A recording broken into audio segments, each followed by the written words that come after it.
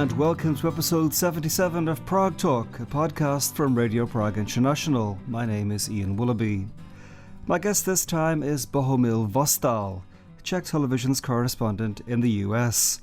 Prior to that, Bohumil was correspondent to the UK, and it was there that he began working on He Portraited the Queen of England, an illuminating biography of František Bělský. The sculptor, born in 1921, achieved great success in his adopted UK, becoming the only sculptor ever to create busts of 4 generations of the British royal family. And I discuss Bělský's life and career with Bohumil Vostal for episode 77 of Prague Talk.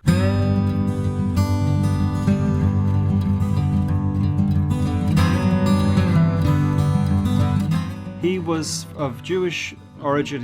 He was from a Jewish family, and he went to the UK with his family in 1938. Is that correct? He was born into a middle-class, rich family in Prague. His father was one of directors at Anglo-Czechoslovakian Bank here in Prague. So they were quite rich, and I suppose it was finally really immediately after German invasion when the chief of Prague police told his father, Franta Bělský's father, immediately, you must go away, Gestapo is going after you. So they had, I believe, 1 or 2 days to escape. It was very dramatic, and because his father was this prominent economist, very well-connected man in Prague, high society, he managed to get visas at the British embassy, and he was saved. He saved his life. And so they arrived in London. They were really lucky because the rest of his family, which stayed in Czechoslovakia, more than 20 people died during Holocaust. They were murdered by Nazis.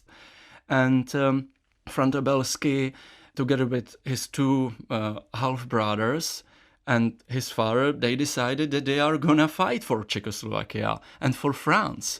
So they were ready to die. So they asked Czechoslovakian embassy in London that they wish to be transferred to France.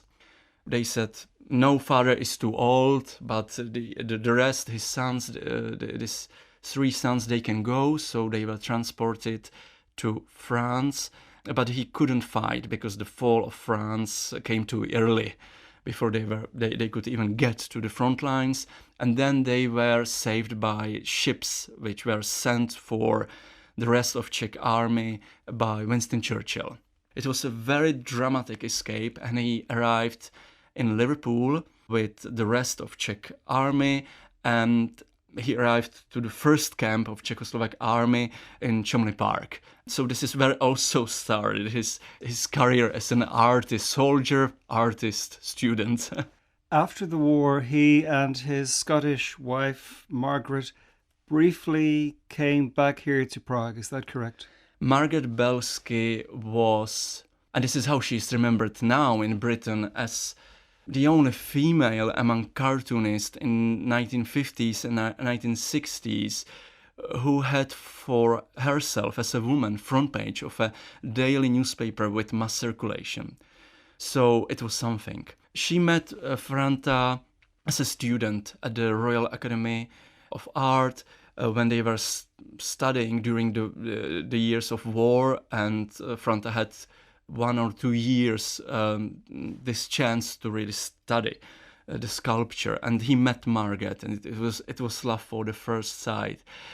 And she, when the war was over, he then managed to get into front lines. After D-Day, he was part of the Czech army under the British and American command, and so she joined him after the Second World War in Prague. So they spent almost 3 years in Prague. But they had to escape in 1948 after coup d'etat, communist takeover, and they understood, and I think it was another very, very hard moment for Franta Bělský, that after he realized that almost all his family was murdered by Nazis, he is not allowed to work as an artist in Prague, where communists came to the power. The book which they wanted to publish with Margaret was censored. They couldn't publish it. even if it was full of cartoons and jokes. It was forbidden. They told them, the authorities, that either they are gonna put propaganda against England into it, or let's forget it, and we will end up in the court and you will see who will win. And this is the moment when they realized, okay, we want to live in a freedom. We are freedom-loving artists, and so they moved again to England. They had to return.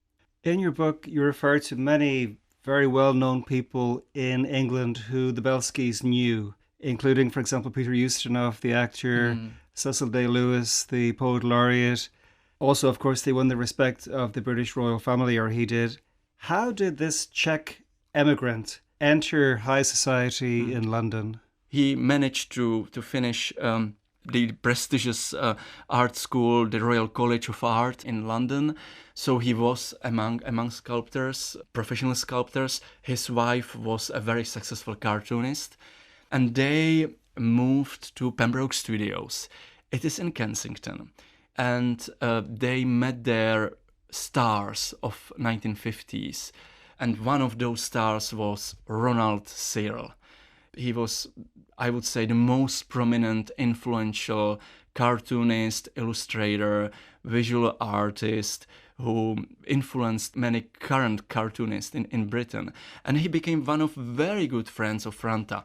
So he was promoting his work in articles, he was introducing Franta into high society. The same applied for Margaret. Obviously, she was a British female cartoonist, so there was also a lot of attention towards her. Among journalists, she had even an interview for the BBC television and so on. So she was able to speak in fluent British accent. Also, both of them, Franta and Margaret, they were very handsome, a good-looking couple, charismatic, young, with dramatic story. And what happened then? To Pembroke Studios came Cecil Day-Lewis, professor of poetry, also one of the stars of poetry from 1930s. He came there with his new lover, famous actress. And Franta offered to all of them that he is gonna portray them. He would be delighted if he can model their heads. So he was able to exhibit them. And this is how he became kind of young, aspiring sculptor, because he met all these famous names. And this is how his career started. The book is entitled He Portraited the Queen of England. He also, of course, did busts of other generations of the royal family. But I'd like to ask you, what were his interactions with Queen Elizabeth like? We must start with mother of Queen Elizabeth II, the Queen Mother. It started everything with her. She came to Pembroke Studios to also be portrayed for the Birmingham Hospital. And they had a very, very good relationship with Franta and with Margaret. She came to his studios without a bodyguard, just with a driver. They were listening to songs and dancing together. And she even was coming for his soiree and parties and so on. And then she gave him a commission for a portrait of young Prince Andrew. And then in 1969, Franta became the first foreign-born sculptor who was commissioned to have a work in London Trafalgar Square, which was something. It's almost iconic square for British nation. He was commissioned to model post-mortem a bust of Admiral Cunningham, this naval hero from the Second World War. And it was unveiled by Prince Philip.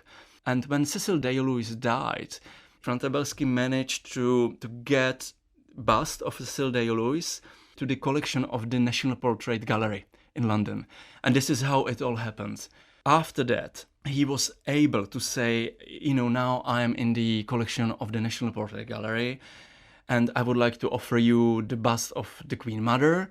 He approached the director of the National Portrait Gallery. He met Margaret. He told Margaret, actually, we would love to have a head of Prince Philip. It was also very dramatic how he managed to get to be commissioned to prepare a portrait head of Prince Philip by the National Portrait Gallery, but he managed. Prince Philip I think, had very nice relationship with Franta because they had together this wonderful, we can say now wonderful, but this terrible experience from the war. And it connected them. And they had the same kind of cynical, sarcastic jokes. And this is how he managed to get to the Queen. It was also commissioned by the National Portrait Gallery. And I can even quote from one of the notes which Franta Bělský left. And he says, "It was a very great pleasure because we talked about just everything. The Queen was bubbling over with humor and friendliness.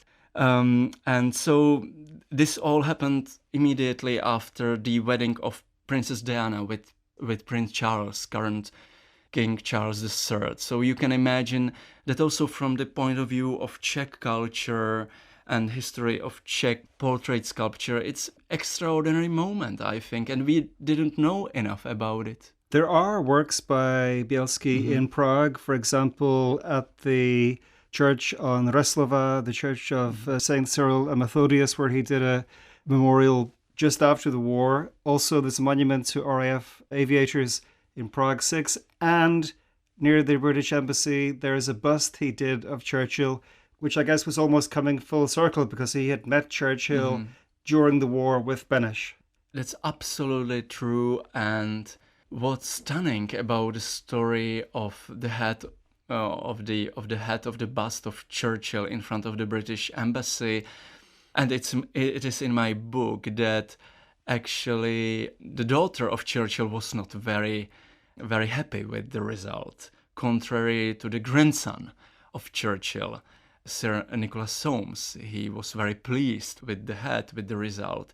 It was an iconic moment for Bělský because he returned after the fall of communism to Prague, and finally he could put Churchill's head to the old town. It's really iconic. And not only that, don't forget that there is something bigger, and it is that he put a larger-than-life statue of Winston Churchill to the Churchill's America's Museum in Fulton, in Missouri. It is the very place where Churchill ushered the sentence about the Iron Curtain. And it's not just, I can say as a Czech, just a statue of Winston Churchill. It is a statue of Winston Churchill, but in a pose as Bělský saw him as a soldier. He's kind of leaning forward. Absolutely. But as a soldier of Czech Western Army in exile in England. So it is from the perspective of Czech soldier in England in the most important hours of Czech history and also British history when the German invasion was imminent. So he always managed to, in a way, to hide these hidden symbols of Czech pride and values and I would say idols of the First Republic into his statues in the Western world. My final question, Bohumil, you've done so much great work in this book, researching the life of Franta Bělský. How would you like the reader to view him? What would you like them to take away from the book? I felt like we owe it to him that we didn't have critical debate about his art legacy. So either people will love his statues, either they will hate it. I don't mind. I hope some of readers will be laughing because they will see a lot of cartoons and jokes. Some of them maybe will be crying at the last chapter. Maybe some of them will feel a little bit guilty what we did to him, that we ignored him for so many decades because of communist censorship. Some of them maybe will be happy that finally we can all share this story of very romantic, young Czech Jewish boy who was always dreaming about becoming a sculptor. And then what he did, he became the only sculptor ever who had chance to model 4 generations of the royal family. So I think it's something what we can celebrate.